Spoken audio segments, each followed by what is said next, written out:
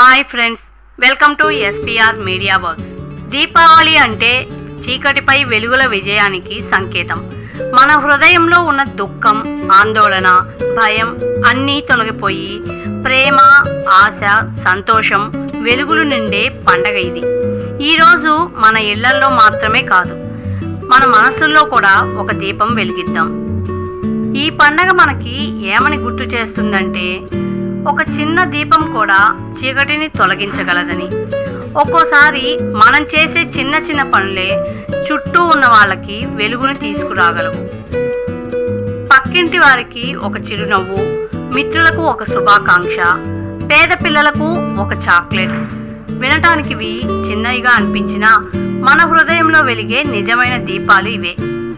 ఈ దీపావళిని మీ జీవితంలో కొత్త ఆశలు, కొత్త విజయాలు, కొత్త సంతోషాలు తెచ్చిపెట్టాలని కోరుకుంటున్నాం.